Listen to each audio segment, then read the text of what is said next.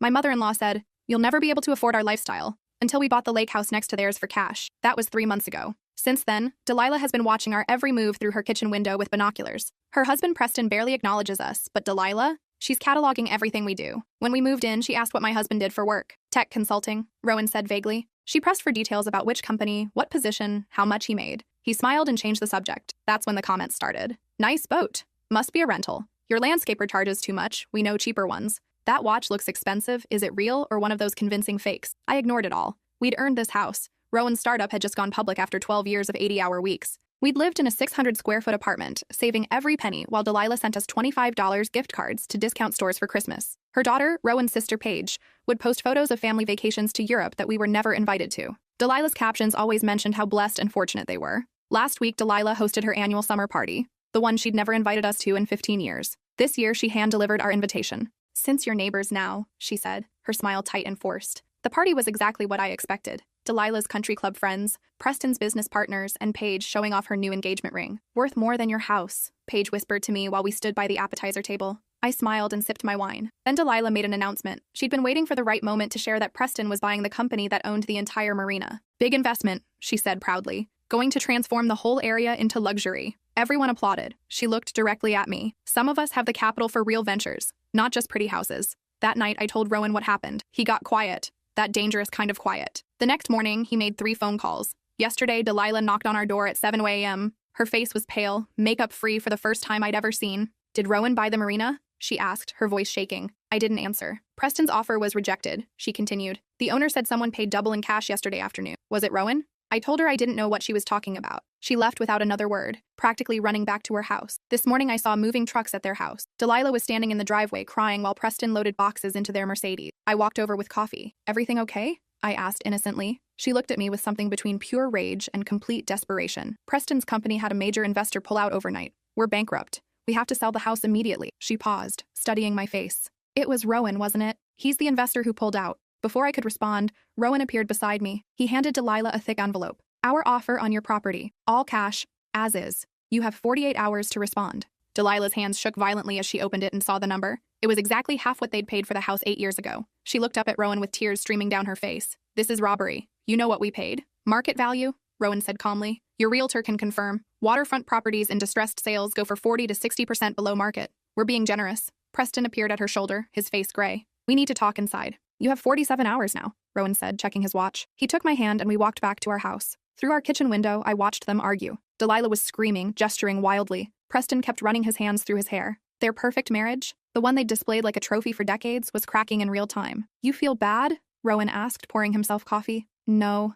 I said honestly. "Should I?" He smiled. That same smile he'd given me 15 years ago when Delilah had told him I wasn't good enough for their family. When she'd suggested he date someone more appropriate, someone from their social circle, someone who understood their lifestyle. I'd been a barista when we met, working 3 jobs to pay off student loans. Rowan would come in every morning, order the same drink, and leave a $20 tip. After 2 months, he finally asked me out. When he told his family, Delilah cried. Actual tears. She'd begged him not to throw his life away on someone so beneath him. We eloped 3 months later. Delilah didn't speak to us for a year. When she finally did, it was to inform us that we weren't invited to Paige's wedding. "Too small," she'd said. "Intimate family only." The Instagram post showed 300 guests. My phone buzzed. A text from Paige. "What did you do to my parents?" I didn't respond. Another text. "This is so typical of you. Always jealous, always trying to tear our family apart." I blocked her number. Rowan sat beside me. "The marina closes the sale in 3 days. I'm planning some renovations." "What kind?" "The kind that requires rezoning. No more private docks. Public access only." I looked at him. "Their boat? We'll need to find a new home." Preston's yacht was his pride.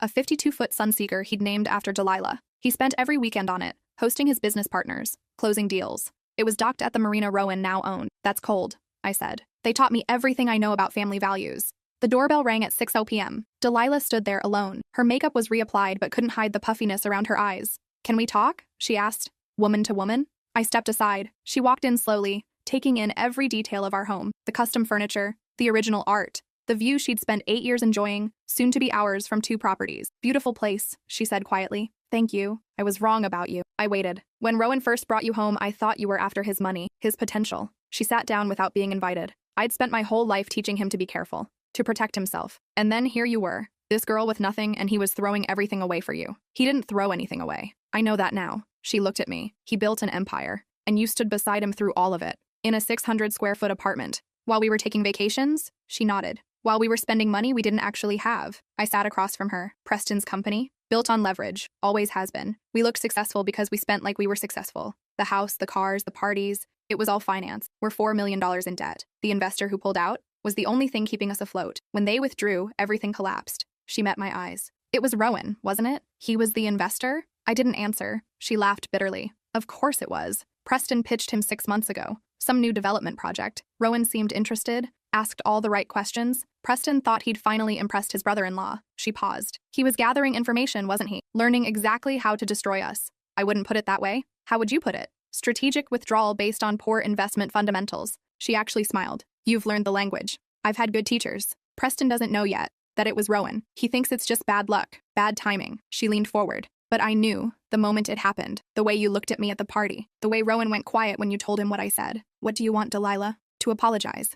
I waited. For 15 years of treating you like you weren't good enough. For excluding you. For those pathetic gift cards while we vacationed in Tuscany. Her voice cracked. For telling my son he was making a mistake marrying you. For making you feel like you didn't belong in our family. Why now? Because I finally understand what I was looking at. She gestured around the room. This isn't luck. This isn't inheritance money. You two built this together while we were busy pretending to be something we weren't. You want me to convince Rowan to back off? No. She shook her head. I want to accept your offer for the house, and I want to do it with whatever dignity I have left. I studied her face. The desperation was real, but so was something else. Respect, maybe, or resignation. The offer stands, I said. I know it's below market value. It's fair for a distressed sale. And the marina? That's Rowan's business. She stood. Will you tell me something honestly? Maybe. Did you plan this? Did you and Rowan talk about revenge? No, I said truthfully. We talked about building a life we wanted. If that life happened to be next door to yours, if Rowan's business decisions happened to intersect with Preston's, that's just coincidence. You're a good liar. I learned from the best. She walked to the door, then turned. Paige is getting married in October. Small ceremony, intimate family only. She paused. Would you and Rowan come? Why? Because despite everything, you're family. And I think it's time Paige learned what family actually means. I'll talk to Rowan. She nodded and left. I watched her walk back to her house. Her shoulders slumped, her perfect posture finally broken. Rowan came up behind me. What did she want? To accept the offer. And? To invite us to Paige's wedding. He laughed. That's desperate. Or smart. She's trying to salvage what she can. You want to go? Do you? He thought about it. Maybe. Might be interesting to watch Paige try to be civil. The next morning, a signed contract appeared in our mailbox. Delilah had agreed to every term, closing in 30 days. They'd be out in 2 weeks. I texted her. Contract received, thank you. She replied immediately. Thank you for not making this harder than it needed to be. I didn't respond. Over the next week, I watched them pack up their life. The moving trucks came and went. Furniture disappeared. The perfectly manicured lawn started to look neglected. Preston's boat left the marina, towed away by a commercial transport company. Paige showed up on day 5, screaming at her parents in the driveway. I couldn't hear the words, but the body language was clear. She blamed them. For losing everything. For embarrassing her. For ruining her wedding. Delilah just stood there, taking it. Preston finally yelled back, pointing at the house, at the marina, at our property. Paige turned and looked directly at our window. Even from a distance, I could see the hatred in her eyes. She's going to be a problem, Rowan said. Let her. She's calling everyone we know, telling them we sabotaged her parents. Are people believing her? Some, the ones who never liked us anyway. And the others, are asking how we pulled it off. He smiled. And whether we're taking new investment partner. On day 12, I saw Delilah sitting alone on her dock, staring at the water. Something about the way she held herself made me walk over. Mind if I sit? I asked. She gestured to the space beside her. We sat in silence for several minutes. The lake was calm, reflecting the afternoon sun. I keep thinking about this moment 3 years ago, she said finally. We were sitting right here, and Preston was talking about the marina deal, how it would secure our legacy, how our grandchildren would inherit something meaningful. She laughed. We didn't have any money. We'd borrowed against everything we owned. But the plan was so clear in his mind. Buy the marina, develop the waterfront, retire wealthy. What happened? Your husband happened. He saw through everything. Preston thinks the investor pulled out because of the economy, because of market conditions. He has no idea Rowan was playing him the entire time. You're not going to tell him? What's the point? We're still broke. We still lost everything. She looked at me. But maybe Preston needs to believe it wasn't personal, that we weren't targeted, that his ego didn't cost us our home. Generous of you. It's survival. If he knew the truth, he'd do something stupid. Try to sue Rowan. Go to the press. Make it worse. She picked up a small stone and threw it in the water. This way we move away, start over, and maybe eventually he forgives himself. You've thought this through. I've had nothing but time to think. She stood. We're leaving tomorrow. The new apartment is in Minnesota. Preston's brother offered him a job at a regional office. It's a fraction of what he made, but it's something. And Paige is convinced we're doing this to ruin her wedding. She's barely speaking to us. I'm sorry. No, you're not. No, I agreed. I'm not. She smiled sadly. At least you're honest now. I learned that from you too. You were always honest about how you felt about me. And now you're honest about how you feel about me. Fair is fair. She walked away, then turned back. For what it's worth, I really am sorry. Not because I'm losing my house, but because I wasted 15 years judging you when I should have been getting to know you. Maybe we'll have another 15 years. In Minnesota, stranger things have happened. She left. The next morning, I watched their car pull away. 2 suitcases in the trunk. Everything else already shipped or sold. Preston didn't look back. Delilah did. Just once. Her eyes finding our window. I didn't wave. Rowan came up behind me. How do you feel? Satisfied, I said honestly. Not guilty? Should I be? Most people would be. Most people didn't spend 15 years being told they weren't good enough. He kissed my temple. The closing is next week. Then we'll own both properties. What are you going to do with their house? Haven't decided yet. Maybe tear it down, build something bigger, or keep it as a rental. He smiled. I like how you think. 3 weeks later, we closed on the property. Our lawyer handed us the keys. Just like that, the house that had represented everything we weren't good enough for was ours. We walked through it together. Empty rooms echoed. Paint colors Delilah had spent months choosing suddenly looked cheap. The kitchen she'd remodeled wasn't nearly as nice as ours. The master bedroom view was worse than our guest room. It's smaller than I remembered, Rowan said. Everything is smaller once you're inside. We stood on their dock, the one I just sat on with Delilah 3 weeks ago. You know what's funny? I said. What? We don't even need this house. We bought it just to prove we could. Revenge is expensive. Was it worth it? He thought about it. Ask me in a year. We rented the house to a young couple from Chicago. Startup founders, just like Rowan had been. They paid first and last month's rent in cash. Don't you think it's ironic? I asked him. What? We're helping another young couple while Delilah and Preston are starting over in Minnesota. That's not irony. That's karma. Paige's wedding was scheduled for October 15th. The invitation arrived in September. Formal, expensive, engraved lettering on cream cardstock. Are we going? I asked. Do you want to? Honestly, I'm curious. About what? About who she is now that she doesn't have her parents' money to hide behind. The wedding was at a country club in Connecticut. Not as nice as the venues Delilah used to post about, but nice enough. Paige wore a designer dress, probably the last one her parents could afford to buy her. Delilah looked different, thinner, older. Her hair was simpler, no longer the expensive salon style. She wore a dress from a department store, not a boutique, but she smiled when she saw us. You came, she said, genuine surprise in her voice. Of course, I said. Preston nodded at us stiffly. He still didn't know the full story. Probably never would. Paige didn't acknowledge us until the reception. Then she cornered me by the bar. I know what you did, she hissed. Congratulations on your wedding, I said. You destroyed my family. Your family destroyed itself. My parents lost everything because of Rowan. Your parents lost everything because they spent money they didn't have. That's not true, I interrupted. Ask them about their debt. Ask them about the loans. Ask them where the money for your private school came from. Where the money for those European vacations came from. She stared at me. Your parents spent decades living beyond their means, I continued, teaching you that appearances matter more than reality. And now you're angry because reality finally caught up. You're still jealous? Of what? Your struggling parents? Your clearance rack dress? I glanced at her wedding ring. Your discount diamond? Her face went red. I'm not jealous, Paige. I'm just not pretending anymore. I walked away. Rowan found me on the terrace. Rough conversation? Honest one. Good. We watched the reception through the windows, Paige dancing with her new husband, Delilah and Preston sitting at a table looking exhausted, the other guests mingling, drinking, unaware of the subtext threading through every interaction. Think they'll be okay? I asked. Eventually, Rowan said. People are resilient. Even terrible people. Were they terrible or just flawed? Is there a difference? Maybe. We left before the cake cutting, drove back to the lake house in comfortable silence. The tenants were grilling on the dock of Delilah's old property. They waved. We waved back. Young couple making it work, I said. Like we did. Like we did. Inside our house, Rowan poured wine. We sat on the deck, watching the sunset. Do you feel better? He asked. Now that it's done? I thought about it. Really thought about it. I don't know, I said honestly. I thought I would. I thought there would be this moment of satisfaction, but it just feels like we won something we didn't really want. The house? The revenge. He nodded slowly. I felt the same way at the wedding, watching Delilah in that department store dress. It didn't feel good, but it didn't feel bad either. No, we sat in silence. You know what I realized? I said. We spent so much energy proving we belonged, proving we were good enough. And now that we've proven it, I don't care anymore about their opinion. Character development, Rowan said with a slight smile. Or just exhaustion. My phone buzzed. A text from Delilah. Thank you for coming today. It meant more to me than you know. I showed Rowan. You going to respond? He asked. I typed. It was a beautiful wedding. Paige looked happy. She replied immediately. She hates you both, you know. Me. I know. Her. But I don't. Not anymore. Me. I know that too. Her. Can I ask you something? Me. Go ahead. Her. Do you think we'll ever be friends? I stared at the question. Rowan read it over my shoulder.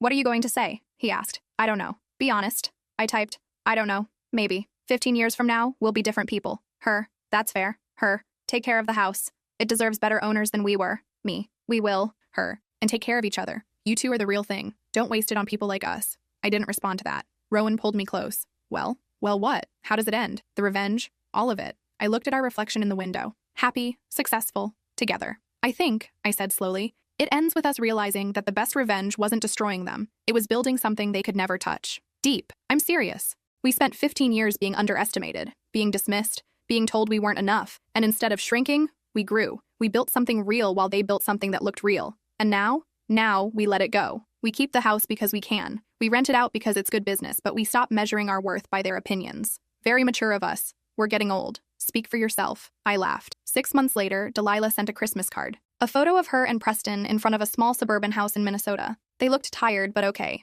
The card said, "Starting over isn't easy, but it's honest work. Thank you for the tough lessons. Delilah and Preston." I put it on the refrigerator. Rowan raised an eyebrow. Really? Why not? After everything? After everything, I agreed. Maybe that's the point. A year after the wedding, Paige sent a baby announcement. A girl named Olivia. The card was cold, formal, no personal note. I sent a gift anyway. A savings bond for the baby. Delilah texted, "That was kind of you." Me, just trying to break family traditions. Her, "Ha, yes, please do." 2 years after buying their house, we finally decided what to do with it. "Hear me out," Rowan said. "I'm listening. We donate it to a nonprofit, one that helps young entrepreneurs, provides housing for startup founders who are grinding it out, the ones who can't afford rent while they're building their companies." I stared at him. "That's actually perfect, right? But expensive. We can afford it, can we?" He showed me the numbers, the tax write-off, the goodwill, the way it would help people exactly like we used to be. "Delilah's going to hear about this," I said. "I know. What do you think she'll say?" "I think she'll understand." We signed the paperwork in March. The house became the headquarters for the Foster Foundation for Emerging Entrepreneurs. They'd house 6 founders at a time, providing free rent for up to 2 years while they built their companies. The press coverage was significant. Local news, business journals, feel-good human interest stories. My phone rang. "Delilah. I saw the news," she said. "And? It's brilliant. Truly. Thank you. I mean it. Turning that house, that symbol of everything we did wrong, into something that actually helps people." She paused. "Preston cried when he read about it." "He did?" "Because he finally understood what you and Rowan actually are, what we could have been if we'd focused on substance instead of appearance." "How is he?" "Better, working hard, making less money but happier. We're paying down the debt slowly. It'll take years, but we'll get there." "And you?" "I got a job at a community college, teaching business administration." She laughed. "The irony isn't lost on me, but I'm good at it. Turns out all those years of pretending to know about business actually taught me something." "And Paige?" "Struggling, but she'll figure it out. Her husband is good for her, keeps her grounded." "That's good." "Listen," Delilah said. "I wanted to say something." "Go ahead." "Thank you." "For what?" "For showing me what strength actually looks like. For not accepting our definition of success. For building something real." Her voice cracked. "For being better than we deserved." "Delilah." "No, let me finish. I spent so many years looking down on you, pitying you for your small apartment and your student loans and your service jobs. And the whole time, you were building something I'd never understand. A partnership. A real partnership." I didn't know what to say. "Preston and I are in therapy now," she continued. "Working through our issues, learning how to be real with each other. It's hard, really hard, but necessary." "I'm glad." "Are you?" "Honestly? Honestly? Yes. I don't want you to suffer. I wanted you to understand. There's a difference." "I understand now." "Good." We talked for a few more minutes. About nothing important. About the weather, about the lake, about normal things. When we hung up, Rowan looked at me. "Evolution? Maybe. Think we'll actually be friends?" "I think we'll be something. Not friends exactly, but not enemies anymore either." "What do you call that?" "Resolved." 3 years after buying their house, we attended Paige's baby shower in Minnesota, at Delilah's small suburban house. It was strange, intimate, real. Paige was different, softer. Motherhood had changed her. "I was awful to you," she said during a quiet moment. "Yes, you were. I'm sorry." "Are you?" "I am now that I understand what you were fighting against." She looked at her parents across the room. "They meant well, but they taught me all the wrong things. They're trying now." "I know. It's weird seeing them like this. Dad in regular clothes, Mom shopping at Target, but they seem happier. Happiness isn't expensive." "No, but I thought it was for so long." Later, Delilah pulled me aside. "Thank you for coming," she said. "Of course. I know you didn't have to. After everything, I repeated. "Seems like a lifetime ago." "It was a lifetime. My old lifetime." She smiled. "This is my second act. Turns out I'm better at being poor and real than I ever was at being rich and fake." "You're not poor. Compared to before, we're broke. But compared to happy, we're wealthy." Very philosophical. Community college has been good for me. We laughed. On the drive back, Rowan asked, "How do you feel?" "Peaceful," I said. "Really?" "Really. I think we're done." "Done with what?" "Done proving anything. Done with revenge. Done with anger. Just done." "So what now?" "Now we just live. Build our companies. Help other people. Enjoy the lake house." "That's it?" "That's everything." He took my hand. We drove in silence, watching the landscape roll by. 5 years after buying their house, Delilah and Preston came to visit the Foster Foundation. They wanted to see what had become of their old home. We gave them a tour. 6 young entrepreneurs living there now, working on everything from apps to sustainable products to biotech. All grinding, all hopeful, all exactly like we used to be. Preston stood in what used to be his office. "I spent so many hours here," he said quietly, "making deals, chasing money, leveraging everything. And now?" I asked. "Now I spend my hours at a desk in Minnesota, making decent money, going home at 5 p.m. to have dinner with my wife. He looked at me. It's better. I'm glad. Are you? Really? Really? Delilah found me in the kitchen. They're so young. We were that young once. Were we ever that hopeful? I was. You were too, probably. Before the keeping up appearances started. Before everything became about perception. She nodded. Can I tell you something? Sure. Losing everything was the best thing that ever happened to me. I looked at her. I mean it, she said. It forced me to figure out who I actually was. Without the house, without the parties, without the performance. And I'm not bad. I'm just different than I thought. Different how? Smaller, quieter, but more real. She smiled. I like teaching. I like helping students who are struggling. I like knowing that my worth isn't tied to my bank account. That's growth. It's exhausting. We laughed. Before they left, Preston shook Rowan's hand. I hated you for a long time. I know. But you did me a favor. You showed me what I'd become. That wasn't my intention. Doesn't matter. That was the result. He paused. Your foundation is doing good work. Real work. If you ever need anything, let me know. I will. They drove away. Rowan turned to me. That was unexpected. People change. They do. We did. We did. Now it's been 7 years since we bought the lake house next to theirs. 7 years since Delilah said we'd never be able to afford their lifestyle. We see them twice a year now, Christmas and summer. Normal family visits. Paige has 2 kids. She works part-time as a teacher. Her husband runs a small business. They're happy in a way that doesn't require performance. Delilah teaches full-time now. Preston manages a regional office. They paid off their debt last year. They're saving for retirement again, but differently this time. More carefully, more honestly. And us? We still live at the lake house. We expanded our businesses. We help other entrepreneurs through the foundation. We have a good life. But the best part isn't the success. It's not the money or the house or the business or proving anyone wrong. The best part is that we're done keeping score. We won, they lost, then they rebuilt. And now we're all just living. Last weekend, we had dinner at their house in Minnesota. Delilah made pot roast. Preston told stories about his regional office. Paige showed us photos of the kids. Remember when you first came to the lake? Delilah asked. Hard to forget. I was horrible. You were. Sorry about that. Water under the bridge. Is it really? I thought about it. Really thought about it. Yeah, I said finally. It really is. Because revenge is only sweet for a moment, but forgiveness lasts. And building a life that doesn't require anyone else's validation, that's the real victory. Not the house, not the money, not the comeuppance. Just the quiet satisfaction of knowing you became exactly who you wanted to be, despite them, then without them, and finally, alongside them. Different equal done.